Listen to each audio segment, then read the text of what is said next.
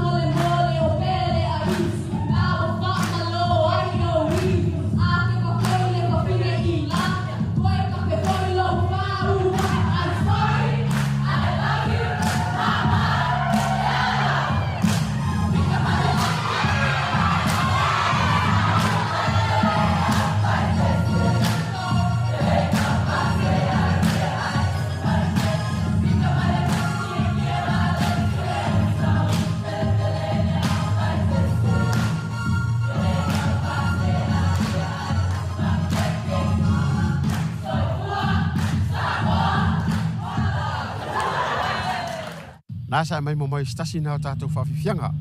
Ia mai lea o ngā kolisi atu mai tae mai Macquarie College i New Zealand. Ai o le awhaisi ni tātou maroronga a te tariu mai whawau tātou whaasaunga le fiafi.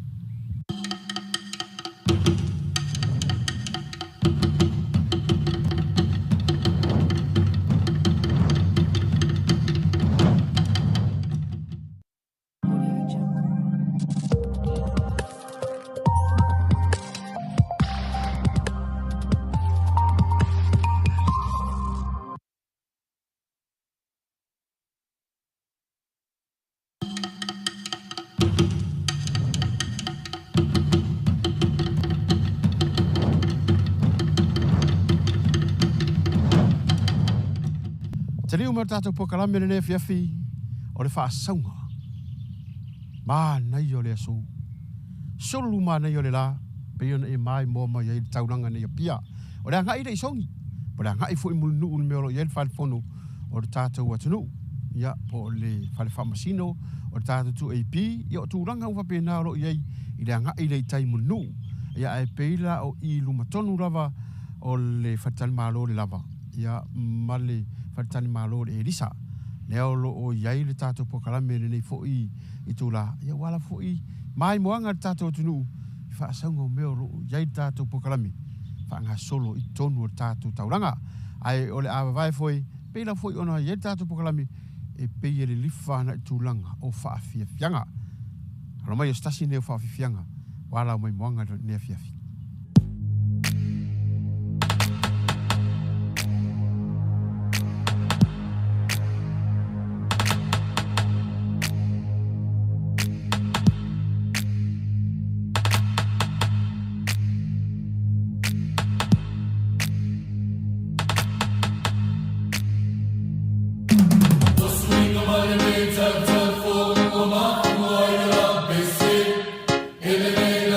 Musu musu